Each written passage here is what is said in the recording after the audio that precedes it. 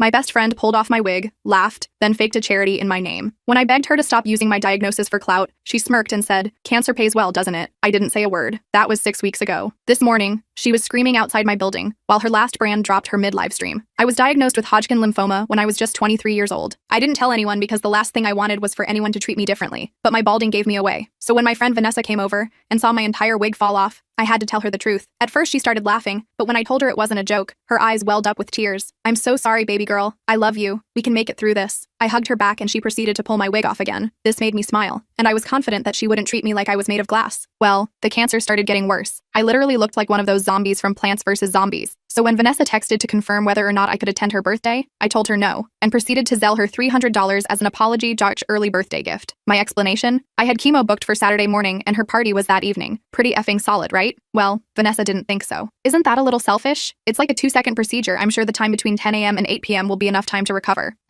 It's like 3 hours, and I'm gonna be so tired I don't want to drag the mood down. I'm sorry, I responded. I thought it would end there, but it didn't. Vanessa told me that if I didn't want people to treat me differently for having cancer, then I shouldn't use it as an excuse to be a poopy friend. I didn't even reply to that, because I knew if the conversation continued, I had a 100% chance of saying something I'd regret. And, as predicted, I ended up resting all day. I felt like an animal in hibernation or something, but I woke up to 37 missed calls and over 99 unanswered texts. As I scrolled through, I saw that everyone was texting me asking if I was okay, asking why I never told them. An anonymous account had even started a GoFundMe, with a photo of my face attached. Anger boiled my blood. Vanessa had announced to everyone that I had cancer, so I called her, and she immediately picked up. "Vanessa, what the actual F? I hope you're calling to thank me," she interrupted. "Everyone at my birthday was talking about what a selfish bitch you were for not showing up, and I defended you by telling them the truth." I immediately knew she wasn't telling the full story. "Okay, Vanessa, and why did they think I was a selfish bitch?" "Because at first, I told them you couldn't come because you wanted to watch some TV." Her voice was dripping with fakeness, but I couldn't slap her through the screen, so I settled for hanging up. That day was literally every nightmare I ever had come true. All of the girls I hated were reposting the anonymous GoFundMe on Instagram,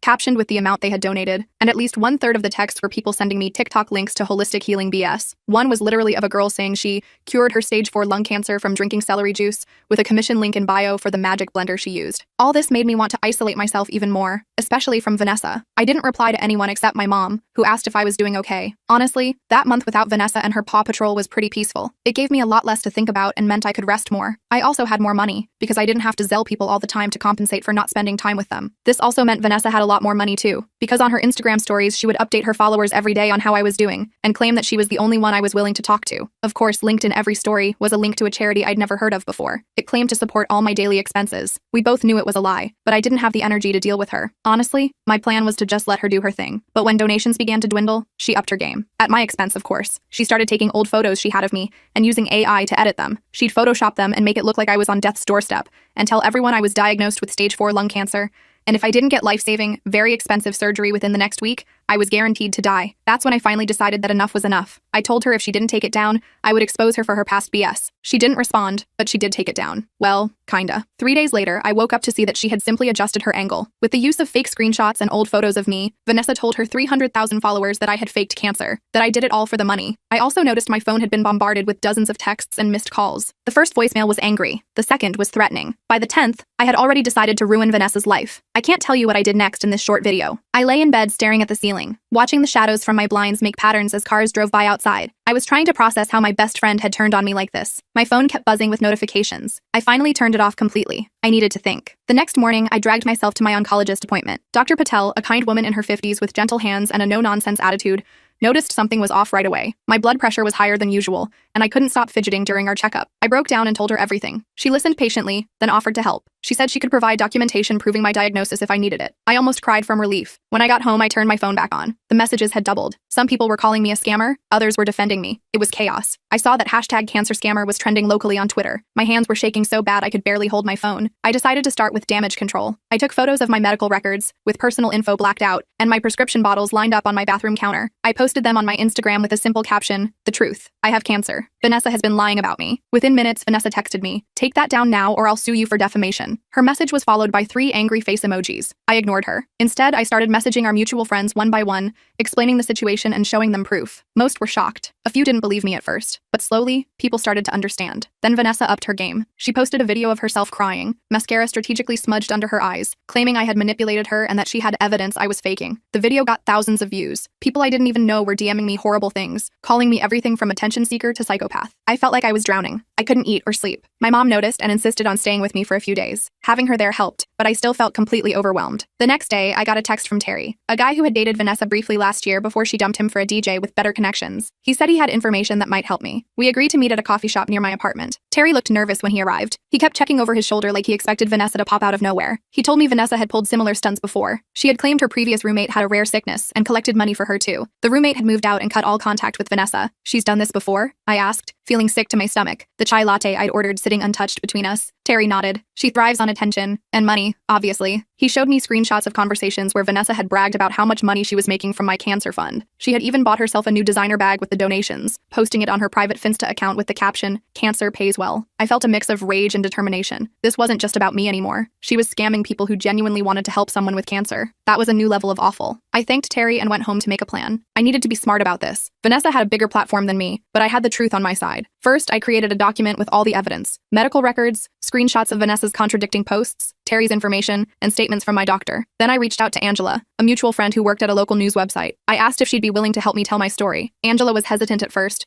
worried about getting involved in drama, but when I showed her everything I had, she agreed. We spent hours putting together a comprehensive article exposing Vanessa's lies. The night before the article was set to publish, I could barely sleep. I kept imagining Vanessa's reaction and all the potential fallout. What if people still didn't believe me? What if this made everything worse? My phone rang at 6 a.m. It was Angela. Vanessa somehow found out about the article, she said, her voice tense. She's threatening to sue the website if we publish it. My heart sank. Of course Vanessa would try to stop this. I asked Angela what we should do. The editor wants to meet with you today, she said. Bring all your evidence. I spent the morning gathering everything. Medical bills, doctor's notes, screenshots, everything I could think of. I met Angela and her editor Frank at their office downtown. Frank reviewed everything carefully. This is solid, he said finally. We're running the story, but be prepared for backlash. I nodded, feeling a mix of relief and anxiety. There was no turning back now. I got home from the meeting with Frank and Angela feeling like I was about to throw up. Not from chemo this time, but from pure anxiety. The article was scheduled to go live the next morning at 9 a.m. I checked my phone and saw 3 missed calls from Vanessa. I ignored them and turned my ringer off. I needed to prepare myself for whatever storm was coming. My mom had made soup while I was out. She didn't ask questions when I came in looking like I'd seen a ghost, just handed me a bowl and sat with me at the kitchen table. I told her about the article, and she squeezed my hand. Whatever happens, I'm here, she said. Those 5 simple words meant everything. I tried to sleep that night but ended up staring at my ceiling until 4 a.m., playing out every possible scenario in my head. By the time my alarm went off at 8:30, I felt like a zombie. I made coffee with shaking hands and opened my laptop. At exactly 9:01 a.m., Angela texted me a link. The headline read, "Exclusive. Local influencer accused of faking friend's cancer for profit." My stomach did a flip as I clicked on it. The article was comprehensive. It laid out everything. My real diagnosis, Vanessa's escalating lies, the fake GoFundMe accounts, everything. Angela had even managed to track down Vanessa's former roommate, Melissa,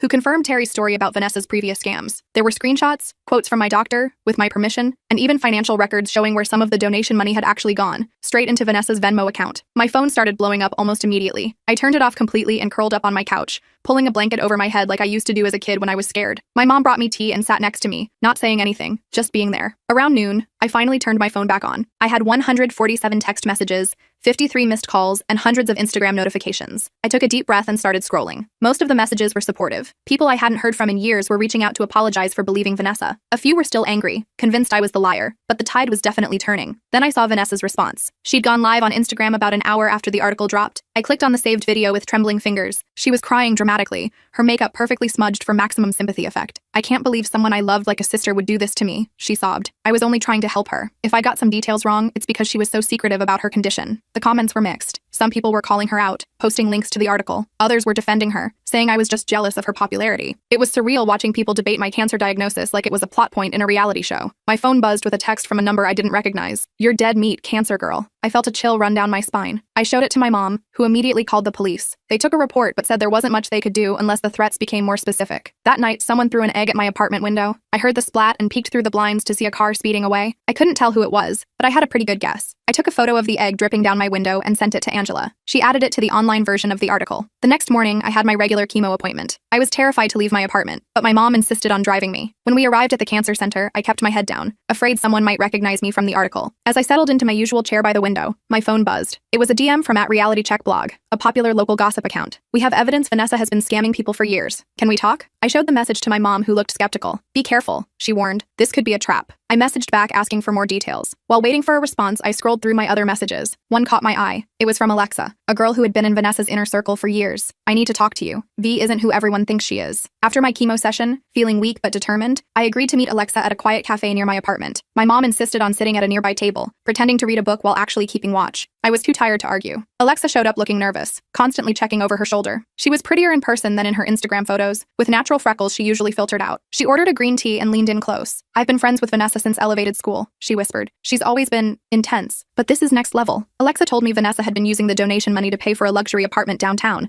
one she definitely couldn't afford on her part-time yoga instructor salary. She showed me photos of Vanessa shopping at Nordstrom the same day she posted a tearful video about taking me to chemo. The worst part is, Alexa said, stirring her tea nervously, she's done this before. There was a guy in college she claimed had leukemia. She raised thousands for him. He didn't even exist. I felt sick. Why are you telling me this now? Alexa looked down. Because I helped her. I designed some of the graphics for her fundraisers. I didn't know they were fake at first, I swear. But when I figured it out and confronted her, she threatened to tell everyone I cheated my way through college. I wasn't sure whether to believe her. It seemed convenient that she was coming forward now that the tide was turning against Vanessa, but the details matched what Terry had told me. I have proof, Alexa said, sliding her phone across the table. She showed me text conversations where Vanessa explicitly talked about making up details about my condition to get more donations. There were also bank statements showing transfers from the GoFundMe account to Vanessa's personal account. Can I screenshot these? I asked. Alexa nodded. Take whatever you need. I'm done protecting her. I sent everything to Angela immediately. She responded within minutes. This is gold. We're running a follow-up tomorrow. That night, I got a call from an unknown number. Against my better judgment, I answered. Is this the cancer faker? A male voice slurred. I recognized it as Chad, one of Vanessa's on-again, off-again hookups. Chad, I'm not faking anything, I said tiredly. Vanessa's crying her eyes out because of you, he continued. You should be ashamed. I hung up and blocked the number. 10 minutes later, my doorbell rang. I peeked through the peephole to see Chad swaying in my hallway,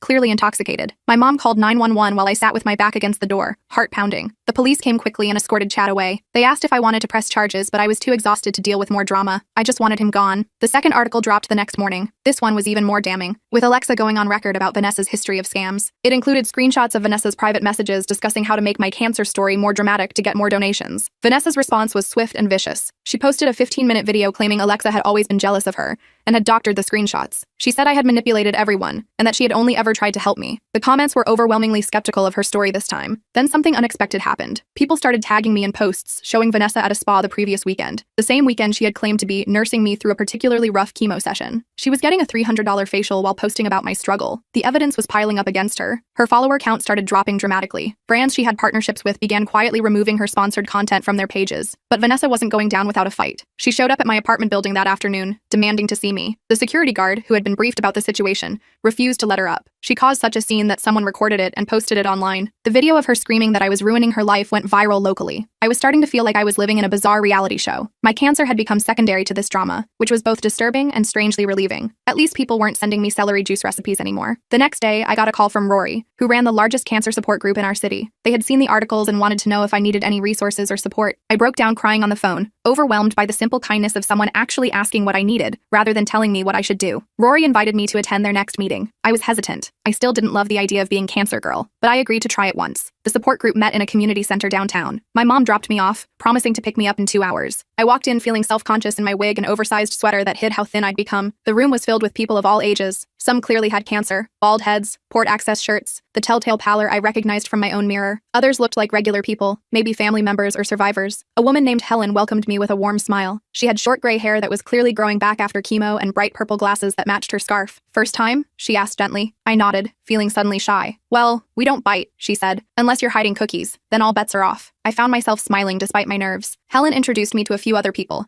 including a guy about my age named Gray, who was in remission from the same type of lymphoma I had. The hair grows back curly, he told me, running a hand through his short, surprisingly curly brown hair. No one warns you about that part. For the first time in months, I felt like I was with people who actually understood what I was going through. No one asked intrusive questions or suggested I try essential oils. They just got it. After the meeting, Gray gave me his number. Text me if you ever need to vent to someone who's been there, he said. Chemo brain is real, and sometimes you just need someone who understands why you put your keys in the refrigerator. I left feeling lighter than I had in weeks. On the drive home, I told my mom about the meeting. She seemed relieved to see me almost animated as I talked about the people I'd met. My good mood lasted until I checked my phone at home. Vanessa had somehow gotten hold of a photo of me at the support group, probably from someone who recognized me from the articles. She posted it with the caption, "Still playing the cancer card for attention, I see. #pathetic. I was furious. She had turned something positive into another attack. I blocked her on every platform and then, after a moment's hesitation, texted Gray, "Does the urge to strangle people ever go away during treatment? Asking for a friend?" He responded with a laughing emoji and, "Only if you increase your meds." The next few days were a blur of medical appointments and online drama. Vanessa's influence was clearly waning. Her latest post had only gotten a fraction of her usual engagement, but she was getting more desperate. She started claiming she had evidence that would blow this whole thing wide open. I tried to ignore it, focusing instead on my treatment and the new connections I was making through the support group. Gray and I texted regularly, sharing cancer memes and complaining about side effects. It was nice having someone who understood the weird, specific challenges of being young with cancer. Then Vanessa dropped her bombshell. She posted what she claimed was a screenshot of a text conversation between us,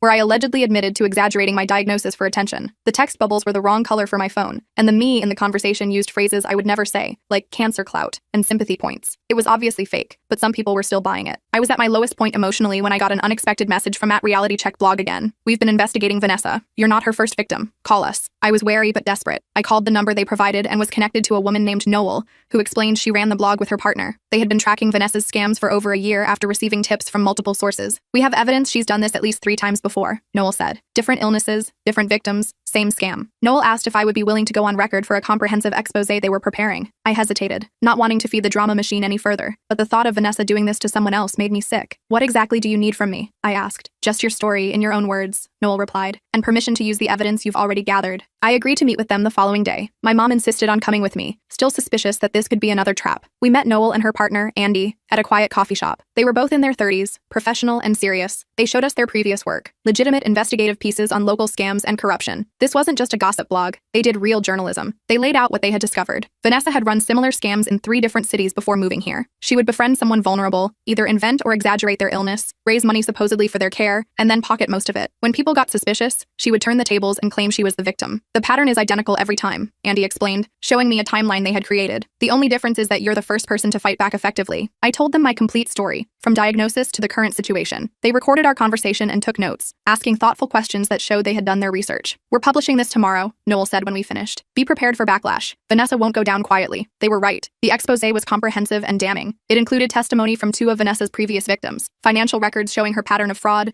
and expert analysis of her manipulative social media tactics. It was shared thousands of times within hours. Vanessa's response was nuclear. She posted a tearful video claiming she was being canceled by powerful media forces who had a vendetta against her. She said she was receiving death threats, probably true, given the internet, and that I had orchestrated a campaign to destroy her life because I was jealous of her success. The comments on her video were overwhelmingly negative. People were calling her out with receipts, posting screenshots from the expose, and tagging brands she worked with to alert them to the situation. Her carefully constructed influencer empire was crumbling in real time. I should have felt vindicated, but mostly I felt tired. This whole saga had drained what little energy chemo had left me with. I turned off my notifications and took a nap, something I rarely allowed myself to do in the middle of the day. I woke up to my phone ringing. It was Gray. "Have you seen what's happening?" he asked without preamble. "No, I turned everything off," I mumbled, still groggy from sleep. "What now?" "Vanessa just went live claiming she's checking herself into a mental health facility because of the cyberbullying she's experiencing," he said. "She's trying to flip the script again." I sighed deeply. "Of course she is." "The comments aren't buying it," Gray continued. "People are posting clown emojis and calling her out. I think she's finally lost her audience." I wasn't so sure. Vanessa had a talent for reinvention. I had a feeling this mental health break would last exactly as long as it took for the heat to die down, and then she'd be back with some new angle. My suspicions were confirmed the next day when I received an email from Vanessa. Not a text or DM, but a formal-looking email with the subject line, "Proposed Resolution." It read like it had been written by a lawyer, or more likely ChatGPT. "I am reaching out to propose a mutually beneficial resolution to our current situation. I suggest we both release statements acknowledging a misunderstanding and agreeing to move forward separately. In exchange, I will donate 50% of all funds raised to a legitimate cancer charity of your choice. Please respond with your thoughts on this proposal." I forwarded it to Angela, who responded immediately. "She's trying to save face. Don't respond yet." I followed Angela's advice and ignored the email. Later that day, I received another one, this time with a more threatening tone. "If you continue to damage my reputation, I will be forced to take legal action. I have documentation that contradicts your claims." I knew she was bluffing. Any legal scrutiny would only reveal more evidence of her scams. I forwarded this email to Angela too, who added it to their growing file on the situation. The next day, I had another chemo session. I was starting to see the light at the end of the tunnel. My doctor said my cancer was responding well to treatment, and we were on track to finish my regimen in about 2 months. For the first time in a while, I felt hopeful about my future. As I sat in the treatment chair, scrolling through messages of support on my phone, I got a text from an unknown number. "Check your email now." I opened my email to find a message with no subject line. The body contained only a link. Against my better judgment, I clicked it. It was a video of Vanessa sitting in what looked like a hotel room, her eyes red from crying or lack of sleep. "I know you're watching this," she said directly to the camera. "I want you to know that you've ruined everything I've worked for. My sponsors are dropping me, people are unfollowing me by the thousands, and it's all because of you." She continued for several minutes, alternating between threats and pleas. She claimed she had dirt on me that would make everyone see the real you. Then she switched to begging me to issue a combined statement saying it was all a misunderstanding. The video ended with her saying, "You have 24 hours to respond, or I release everything I have." I showed the video to my nurse, who immediately called security. The hospital took threats against patients seriously, especially those as vulnerable as cancer patients. They increased security on my floor and took a report. When I got home, I forwarded the video to Angela, Noel, and Andy. They all advised me to document everything but not engage. She's desperate, Andy texted. That's when people make mistakes. Sure enough, Vanessa's 24 hours came and went, and nothing happened. No bombshell revelations, no new attacks, just silence. Her Instagram went quiet. Her Twitter account was set to private. It seemed like she had finally realized she was only digging herself deeper. 3 days later, I was having lunch with Gray at a cafe near the hospital when someone tapped on the window next to our table. It was Vanessa, looking nothing like her polished Instagram persona. Her hair was pulled back in a messy bun, her face free of makeup, wearing what looked like pajama pants and a wrinkled t-shirt. Gray immediately tensed up. Is that her? He whispered. I nodded, feeling my heart rate spike. Vanessa motioned for me to come outside. Gray grabbed my wrist. Don't go out there alone, he warned. I'll be fine, I said, though I wasn't sure I believed it. Stay here and call if it looks like I need help. I walked outside, keeping a safe distance between us. Up close, Vanessa looked even worse. Her eyes were puffy, with dark circles underneath that no filter could hide. What do you want? I asked, crossing my arms defensively.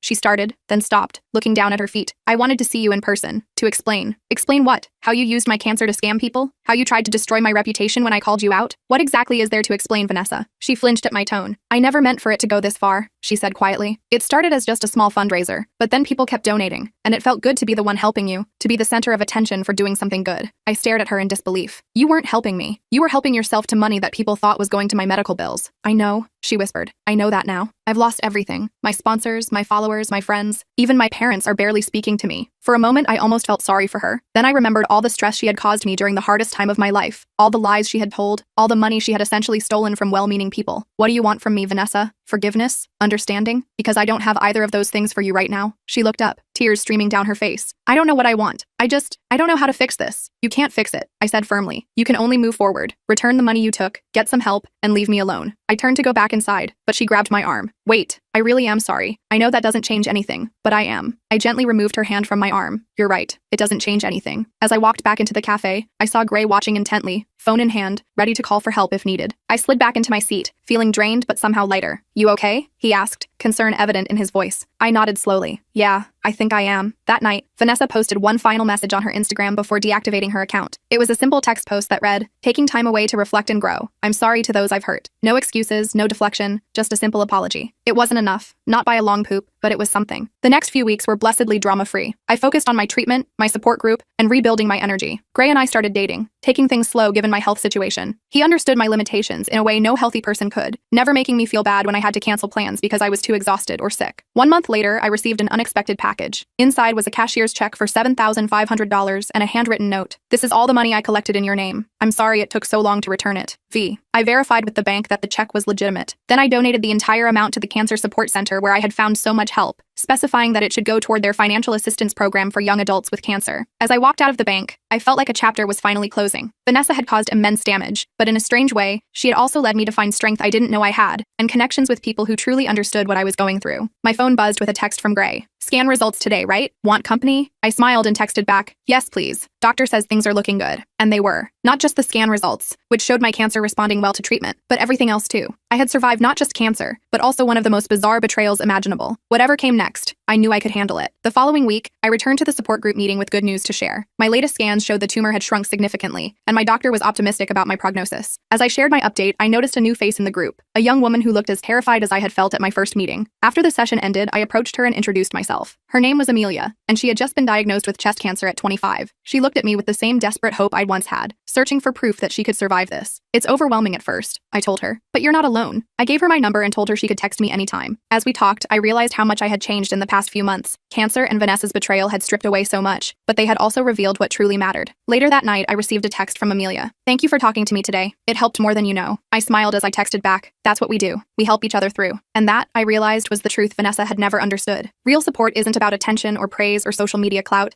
It's about showing up, listening, and being there, even when there's nothing in it for you. The next morning, I woke up to a notification that someone had tagged me in a post. For a moment, I tensed, expecting more drama, but it was just Helen from the support group, sharing a photo of our volunteer day at the hospital, all of us wearing ridiculous bright yellow t-shirts and goofy smiles. The caption read, "Cancer sucks, but the people you meet along the way don't. Hashtag real support." I liked the post and added a comment. Wouldn't have made it through without you all. Hashtag actual cancer warriors. As I put my phone down and got ready for my day, I thought about how differently things had turned out than I expected. When I was first diagnosed, I thought the worst part would be the cancer itself. I never imagined that my biggest battle would be with someone I had once considered a friend. But in fighting that battle, I had found my voice and my strength. I had discovered who my real friends were, and made new ones who understood me in ways I never thought possible. And most importantly, I had learned that even in the darkest times, there are people who will stand by you, not for likes or attention, but simply because that's what real friends do. The cancer journey wasn't over. I still had treatments ahead, and the fear of recurrence would probably always be with me. But the Vanessa chapter was closed. She had shown me the worst of humanity, but in doing so, had inadvertently led me to find the best. And for that, in a weird way, I was almost grateful. Sometimes the hardest battles bring the most unexpected gifts. I spent the next week in a weird kind of limbo. The drama with Vanessa had taken over my life so completely that having it suddenly end felt strange, like when you're watching a really intense movie and someone just turns off the TV right before the climax. I kept checking my phone, half expecting to see some new attack from her, but there was nothing. Gray called me every day, which was nice. We'd talk about normal stuff, what shows we were watching, how my latest blood work looked, whether pineapple belongs on pizza. It absolutely does. Fight me. It felt good to have conversations that weren't about Vanessa or cancer scams or social media drama. Then on Thursday, I got a text from Terry. Hey, you might want to check this out. He sent a link to a TikTok video that was going viral. I clicked it with that familiar knot of dread in my stomach. It was Vanessa, but not the tearful, apologetic Vanessa from her last post. This was Vanessa 2.0, looking fresh and rejuvenated with a new haircut and what looked like lip fillers. She was sitting in what appeared to be a fancy hotel room, speaking directly to the camera. So many of you have been asking where I've been, she said, flipping her hair dramatically. I needed some time to heal after being targeted by an orchestrated smear campaign, but I'm back now, and I'm ready to tell my side of the story. My hands started shaking so bad I almost dropped my phone. I texted Gray immediately. She's back, and she's still lying. Gray called me right away. I saw it. Don't panic. Nobody's buying it. He was right. The comment section was brutal. People were calling her out left and right, posting links to the articles about her scams, and telling her to get help. The ratio of negative to positive comments was about 50-1, but Vanessa had always been good at ignoring reality when it didn't suit her narrative. She posted 3 more videos that day, each one doubling down on her claims that she was the real victim. In the last one, she announced she was starting a podcast called Cancelled My Truth, where she would expose everything. I felt that familiar anxiety creeping back in. Just when I thought it was over, she was trying to drag me back into her drama vortex. I called Angela in a panic. Don't engage, Angela advised firmly. She's desperate for attention. The worst thing you can do is give it to her. I knew she was right, but it was hard to just sit back and watch Vanessa try to rewrite history. I distracted myself by focusing on my treatment and the support group. Amelia and I had become pretty close. She was starting chemo the following week, and I'd promised to go with her for her first session. The night before Amelia's appointment, I was organizing my meds for the week when my doorbell rang. It was almost 10 p.m., which was way too late for normal visitors. I peeked through the peephole but didn't see anyone. Cautiously, I opened the door just a crack, chain still on. There was a package on my doormat, a small box wrapped in brown paper with my name scrawled across it. No shipping label, no return address, just my name in handwriting I didn't recognize. I closed the door and called Gray. Someone left a weird package at my door, I told him, staring at the box like it might explode. Don't open it, he said immediately. I'm coming over. While waiting for Gray, I checked my building's security camera footage on my phone. The app showed someone in a hoodie dropping off the package and quickly walking away, face carefully turned from the camera. It could have been anyone, but my gut told me it was connected to Vanessa somehow. Gray arrived 20 minutes later with his roommate Jose, who worked as a security guard. Jose examined the package carefully without touching it. Doesn't look like an explosive, he said, which wasn't exactly reassuring. But I wouldn't open it with my bare hands. Gray grabbed some kitchen gloves from under my sink, and we all stood back as he carefully unwrapped the package. Inside was a USB drive and a note that simply said, "Watch me." Well, that's not creepy at all, I muttered. We debated what to do. It could be evidence of something, or it could be an infection designed to hack my computer. In the end, Gray took it to his friend who worked in IT,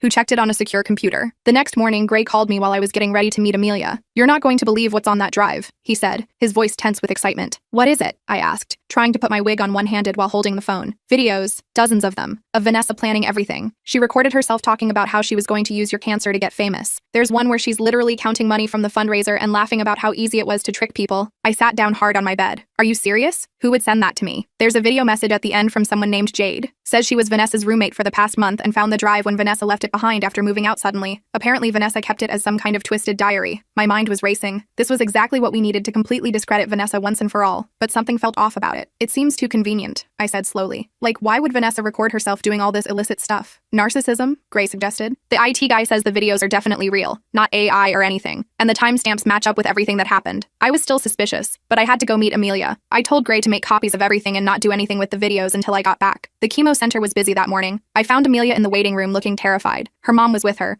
clutching a folder full of paperwork and looking almost as scared as Amelia. "You came," Amelia said, relief washing over her face. "Of course I did," I replied, sitting next to her. "First time's the scariest. It gets, well, not easier exactly, but more routine. I stayed with her through the whole process, explaining each step, distracting her with stupid jokes, and assuring her that yes, the metallic taste in her mouth was normal and would go away eventually. By the time we finished, I was exhausted, but glad I'd been there. As we were leaving, Amelia hugged me tightly. "Thank you," she whispered. "I don't think I could have done this alone." "You're never alone in this," I told her, meaning it. That's the one good thing about cancer. It comes with a built-in community of people who get it. When I got home, Gray was waiting with the USB drive and a determined look on his face. "We need to send these to Angela and Noel," he said. "This is the final nail in Vanessa's coffin." I still felt uneasy. What if it's a trap? What if Vanessa planted this for us to find, and there's something illicit on there we don't know about? Gray looked thoughtful. "You might be right. Let's have my lawyer friend look at it first." His friend Frank, who worked as a paralegal, came over that evening. He reviewed the videos carefully, taking notes and occasionally asking questions about the timeline of events. "These appear legitimate," he said finally, "and they clearly show Vanessa committing fraud. But I'd be careful about how you use them. Technically, whoever recorded these without Vanessa's knowledge might have broken wiretapping laws depending on the state they were in. That complicated things. We decided to have Angela look at the videos but hold off on publishing anything until we could verify their source and legality. The next day, while I was napping after a particularly rough bout of nausea,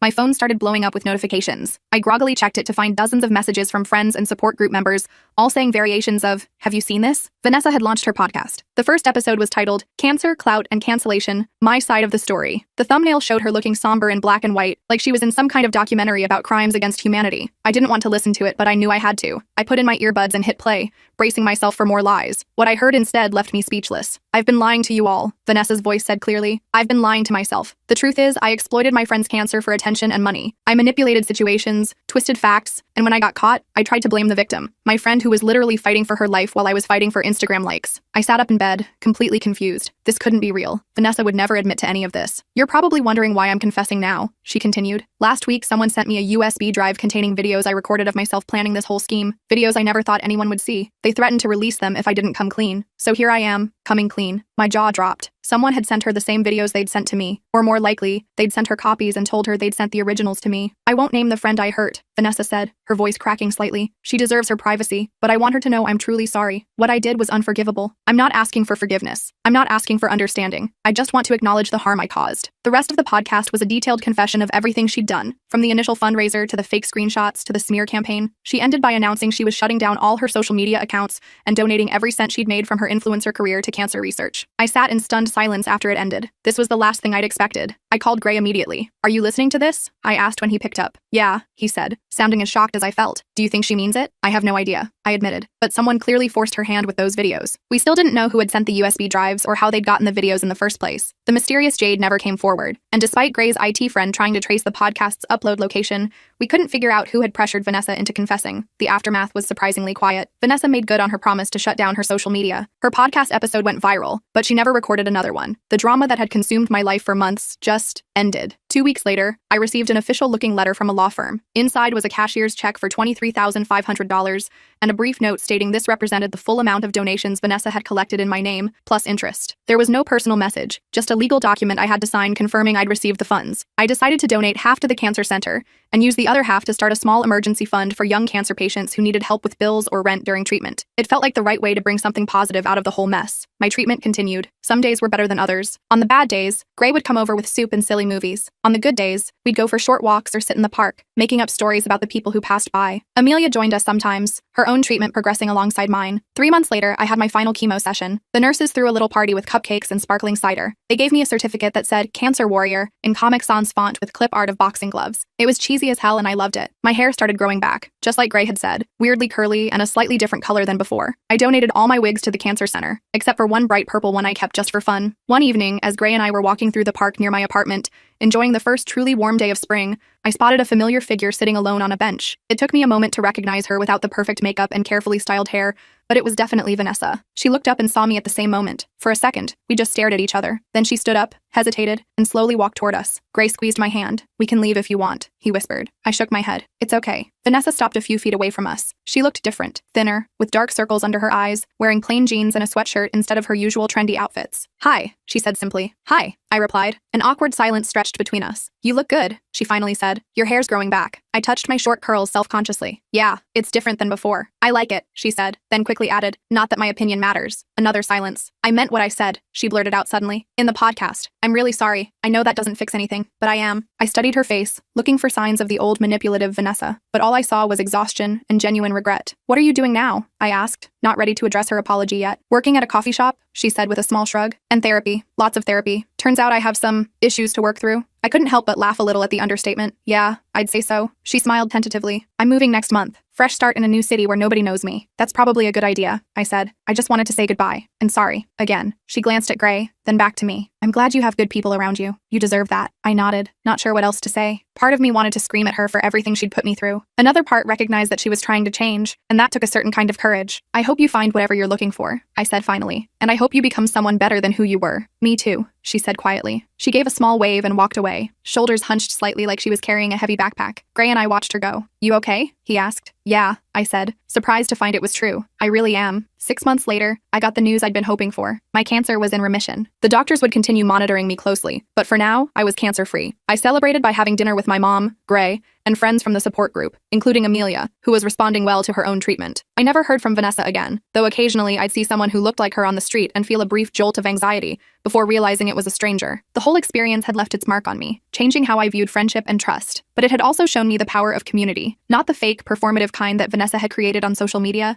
but the real, messy, supportive kind I'd found in the cancer center and support group. People who showed up not for likes or attention, but because they genuinely cared. 1 year after my diagnosis, I started volunteering at the cancer center, talking to newly diagnosed young adults who were as scared and confused as I had been. I told them about the medical stuff, sure, but also about how to deal with friends who didn't know what to say, how to spot the difference between genuine support and toxic positivity, and how it was okay to not be brave or inspirational all the time. I never mentioned Vanessa by name in these conversations, but I did talk about how crisis reveals people's true characters, both the good and the bad, and how sometimes the worst experiences bring the best people into your life. Like Gray, who proposed to me on the anniversary of my remission with a simple silver ring and a promise to stick around for all my future scans, good or bad. Like Amelia, who finished her treatment and immediately signed up to be a peer mentor for other young chest cancer patients. Like Helen from the support group, who knitted me a hat when my hair was growing back and my head was always cold, and who now makes one for every new member who joins. Cancer sucks. Having a friend betray you during cancer sucks even more. But I survived both, and came out stronger on the other side. Not because I'm special or brave or any of that crap, but because I had people who helped me through it. Real people, not Instagram followers or TikTok fans. And that's worth more than all the GoFundMe donations in the world.